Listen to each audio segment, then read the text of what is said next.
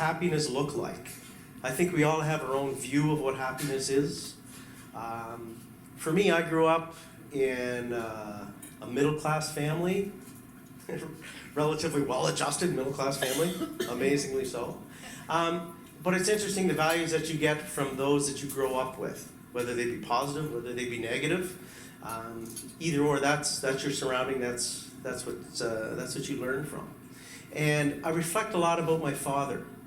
And he was one of 8 children who literally made it out of the ghetto on the East Coast, made something of himself, and was very proud. And I was very proud to be part of that.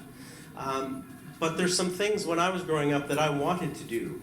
I knew there was more that I wanted than just to be average. And I think that's something that many people strive for, but they settle for average. And I looked at how can I get to where I want to be with the tools that were given to me. I was able to accomplish a lot of things. It's the first one in our family to get a university education, which was a big thing. Mom and Dad were very proud. Oh my God, it's great. I went off, I followed a dream. I wanted to be a martial artist. I ended up owning a karate club for a long time on the East Coast before I moved here. Another one of my goals that I set was to be a police officer. There were a lot of obstacles in the way. Height, apparently you should be so tall. Apparently you can't be blind.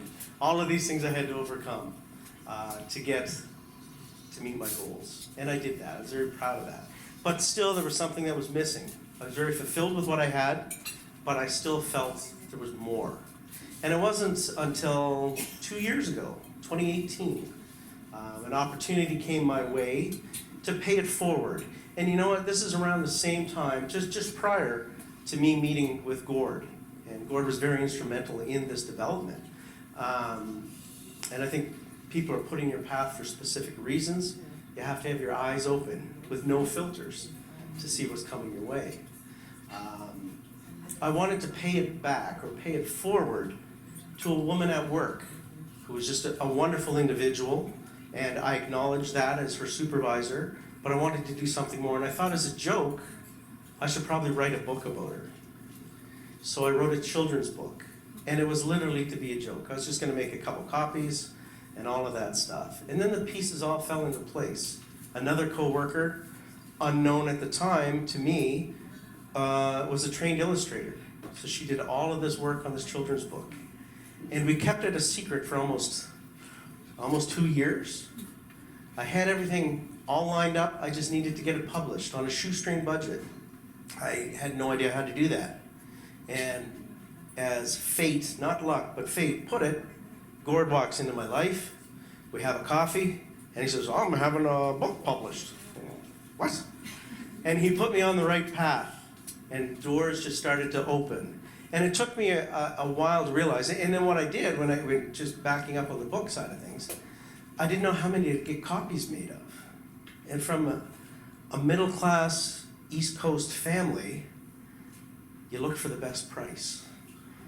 And you buy in bulk, because that's where the best bang is. So I didn't know. So I bought 300 books. And through word of mouth, and because it was from my heart that the book was written, I sold out in 4 weeks. So then I said, well, that was cool. Let's do it again. So I did that, and we did a book tour of the East Coast.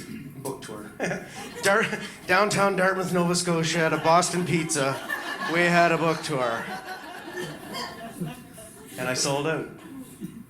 And it was amazing. And what I loved about it was the intention for writing the book was to give back.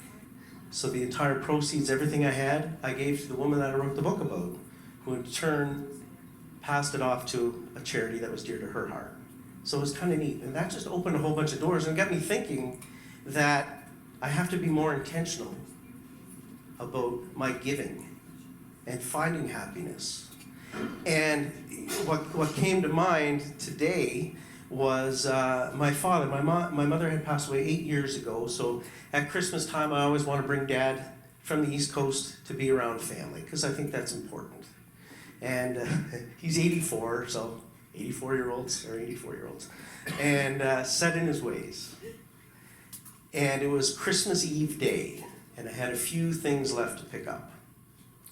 And I said, Dad, get your shoes on. And of course you have to tell Dad 5 minutes in advance because it takes him a while to get his shoes and his jacket and find where his wallet and his glasses and all that stuff. So out we went. And I said, here, you got to put this on. And I handed him a Santa hat. I had one. He didn't want to wear it. I don't want to wear this. Come on, put it on. Don't be a Scrooge. And so I get him to put this on his head. And the two of us are driving down the road. And this van comes screaming up beside me and laying on the horn. And I look to the left, and it's Gord. And he's wearing a Santa hat too. And he waves to us, and I think that kind of broke the ice with Dad because he's like, well, then again, Gord's wearing shorts in the middle of winter. But anyway, whatever, he's got a Santa hat on. And we go to our very first store. And I walk in, and there are some things that I needed intentionally. And I walked in with a big smile on my face with the intention of being happy. There's so many people that aren't happy at Christmas, right? They don't like shopping, the crowds, and the mall, and all that stuff. I walk in, and the salespeople were all over us. Maybe because we looked silly with Santa hats, didn't matter. But we were in and out. We had 3 people helping us find everything we needed. I said, all right, Dad, get back in the car. So he shuffles and gets back into the car. I said, we got to go for coffee. He goes, coffee? Yeah, going for coffee. So we pull to a Tim Hortons. And I picked this one Tim Hortons in particular. It's at Fisher Hallman University here in Waterloo. There's no drive-through. So you got to get out and you got to meet people. So in we go, and the place is packed. And it's one of these Tim Hortons where you place your order, and then it pops up over here, and you want to get your donuts are over here, and you're running all around the place. So anyway, Dad and I are standing there. I order him a coffee, order me a coffee.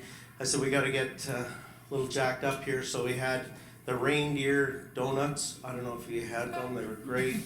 The big red frosted nose. Anyway, I digress. And I ordered a $20 gift card. And that's fine. Dad's figuring whatever. So I go, and she gives me the gift card. She puts it in the little envelope, and I get my donuts, and I get the coffee, and I look at the girl that served me, and I say, can you do me a favor? And she goes, what? I go, can you pay this forward, take the $20 gift card, and just spread some Christmas love, and buy some coffees? And she looked at me kind of shocked. Yeah. So I said, okay, boom, we're out of here. And Dad is totally, what about the gift card? What about this? What about that? And at that point, it dawned on me that he's never done anything like that. Completely selfless act. He goes, how do you know she's not going to keep it? I don't care. But I do know if she's working at Tim Hortons, she's probably getting free coffee anyway. Right? So I don't really think she's going to. So I said, get in the car. So we hopped in the car. Next stop, another coffee place. And he's blown away. He goes, but we got coffee. I know, that's not what it's about. And we pulled into Williams on University. And I walk in, and the Williams that I like to go to on University is really student populated. And I know that there's a lot of students that couldn't make it home because of distance for Christmas. And I go in, and Dad and I do the same thing. And I look at the young girl behind the counter and go, do me a favor, spread some Christmas love. Can you? Here's a gift card. Can you share that? And she smiled at me. She said, I'd love to. Perfect. Boom. And we're out the door. And right away, I knew that Dad was writing me out of his will. He said, there's no friggin' way he's getting any of my money. He's just going to give it all away. But it's stuff like that that I intentionally try to do on a daily basis. I think people have to do a little more of that, be it holding a door for someone, letting somebody change into my lane when I'm driving, right? As we share the road. But it's a theme that is near and dear to my heart, and really it started with a book. It translated into me meeting with Gord, and I'm just going full forward from that. So I want to wrap it up with that. Please, when we leave here today, thank you so much for supporting Heart and Stroke. Find it in yourself to pay it forward whenever you can. A little bit, holding a door for someone, saying thank you. Take a minute, make eye contact and smile. It's amazing what that'll do for someone in their day. So from my heart to yours, thank you so much. Yeah.